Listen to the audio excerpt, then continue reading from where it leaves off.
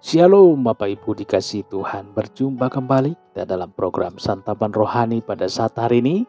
Kiranya Tuhan memberkati, melindungi dan menjaga Bapak Ibu seluruh para pendengar dimanapun berada.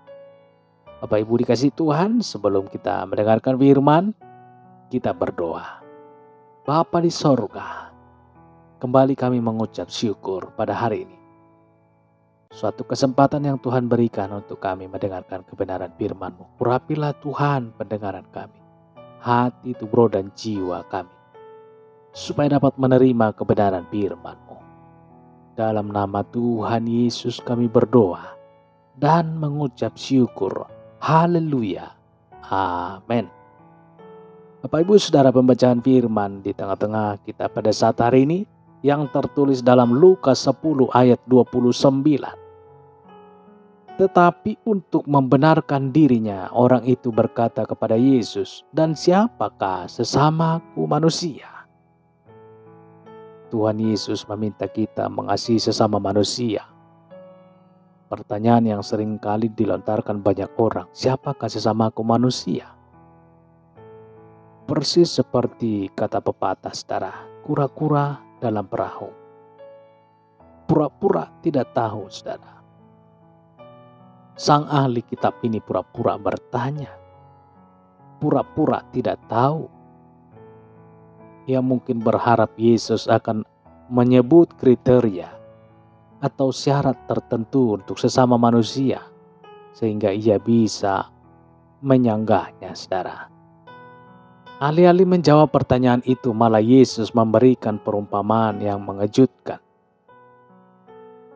Orang Samaria yang murah hati, saudara. Menarik untuk diperhatikan bahwa perumpamaan yang Yesus sampaikan ini sebagai jawaban atas pertanyaan yang tidak tulus dari ahli Taurat ini, saudara. Ahli Taurat ini sengaja hendak menguji Yesus. Sesungguhnya ia tidak benar-benar ingin tahu tentang kebenaran. Ia hanya ingin mengetes Yesus di depan banyak orang, saudara. Ahli Taurat dan orang Farisi memang selalu mencari celah untuk menemukan kesalahan Yesus. Mereka ingin mempermalukan Yesus di depan banyak orang. Hal yang sama juga terjadi di zaman sekarang ini. Banyak orang hanya ingin berdebat dengan menunjukkan bahwa ia tahu lebih banyak dibanding orang lain. Ia lebih pandai dibanding lawan bicaranya. Hanya sebatas untuk memuaskan hasrat intelektualnya saja. Hanya demi memuaskan pikirannya saja, saudara. Ia ingin menunjukkan kehebatannya saja. Tidak lebih daripada itu. Padahal kalau kita lihat hidupnya jauh panggang dari api, saudara. Beda sekali dengan perkataannya. Memang dunia kekristenan sangat menyedihkan dewasa ini. Tidak saja jemaat, majelis gereja bahkan pendeta pun sama saja. Keterlibatan seseorang dalam pelayanan tidak berarti ia mentaati firman Tuhan. Saudara dikasihi Tuhan, ketika dihadapkan pada kebutuhan sesamanya, pada saat ia melihat sesamanya menderita dan membutuhkan uluran tangannya, baik sang imam maupun orang Lewi sama-sama tidak peduli. Mereka gagal mempraktekkan kebenaran yang mereka ketahui dan yang mereka beritakan. Mungkin mereka takut mengambil resiko menolong orang yang belum mereka kenal. Banyak orang tidak mau repot karena menolong sesamanya. Maunya cari aman, maunya enak sendiri. Egois sekali, saudara. Mungkin juga orang Lewi dan sang imam sedang terburu-buru. Ada kesibukan yang tidak bisa ditinggalkan. Ada rapat kantor. Ada rapat pelayanan dan rapat-rapat lainnya, saudara. Bukankah kita pun kerap seperti itu? Keaktifan kita melayani bukan jaminan bahwa kita selalu mentaati firman Tuhan. Nah, siapakah sesamamu manusia? Itulah pertanyaan pura-pura dari sang ahli Taurat. Itulah sebabnya Yesus kemudian bertanya balik kepadanya. Menurut pendapatmu, siapakah di antara ketiga orang yang melihat orang yang dirampok itu yang bisa disebut sesama manusia? Orang Samaria adalah keturunan Yahudi yang sudah berdarah campuran, sehingga kurang diterima bahkan dihindari oleh orang Yahudi asli, saudara.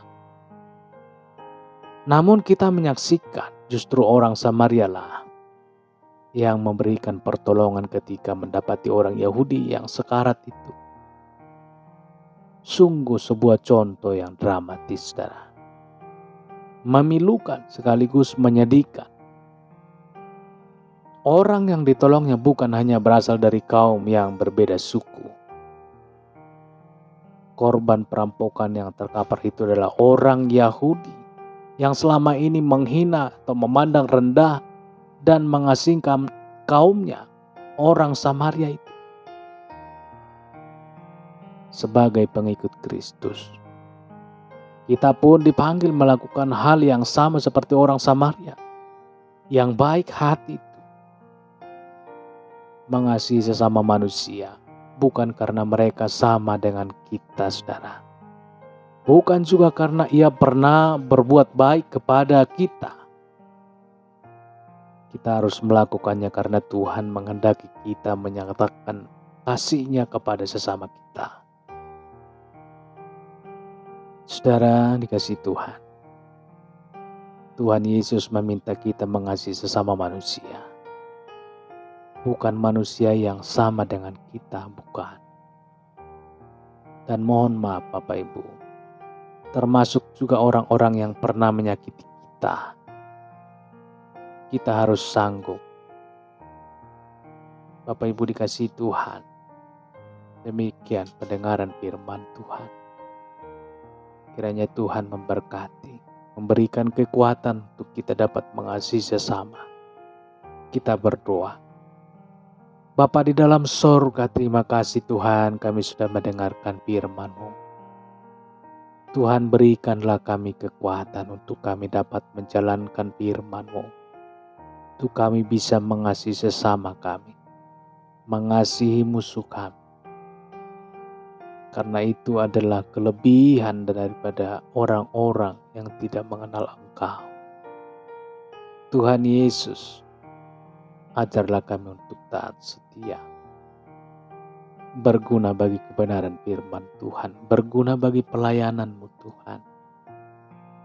Biarlah Engkau siapkan hati dan pemikiran kami untuk berjalan dalam kebenaran firman, memberitakan kabar baik. Termulialah Tuhan, termulialah Engkau ya Yesus. Berikan kami Tuhan kesehatan, dan berikan kami sukacita, damai, sejahtera yang daripada sorga. Biarlah kami Tuhan benar-benar menjadi berkat bagi sesama kami dimanapun berada. Dalam pekerjaan, aktivitas, baik dalam setiap perjalanan kami. Tuhan Yesus, tolong kami Tuhan untuk kami kuat berjalan di dalam kebenaran firman Tuhan.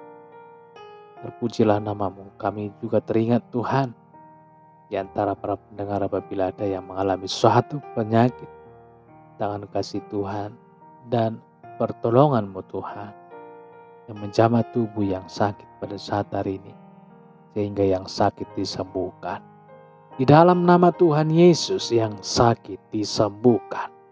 Dalam nama Yesus, kami yakin dan percaya bukan karena kurang panjang tangan-Mu Tuhan untuk menjamah, tetapi karena kasih Tuhan yang punya cara, punya waktu indah pada waktunya.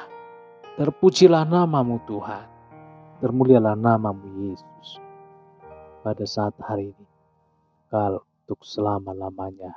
Haleluya. Amin. Bapak Ibu Saudara dikasih Tuhan, kita sudah mendengarkan kebenaran firman Tuhan dan kita sudah berdoa. Kita yakin dan percaya bahwa kuasa Tuhan yang bekerja amat luar biasa dan Dia dapat bekerja dengan di ambang batas, saudara. Kita percayakan seluruhnya kepada Tuhan, beban berat permasalahan kita, dan supaya Tuhan yang campur tangan. Kita serahkan dan jangan ditarik lagi, saudara. Sekali kita serahkan kepada Tuhan, biarkan Tuhan yang berkarya dan campur tangan. Jangan khawatir, jangan bimbang. Perkara Tuhan amat luar biasa, Dia menyelesaikannya sesuai dengan kehendak Tuhan. Pujilah Tuhan dan sampai berjumpa kembali kita dalam renungan selanjutnya. Haleluya. Amin.